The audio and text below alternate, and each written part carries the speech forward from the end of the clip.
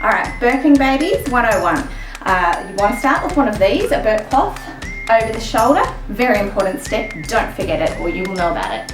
Then bring your just fed baby up really high on the shoulder so that her head's sitting up on your shoulder like that.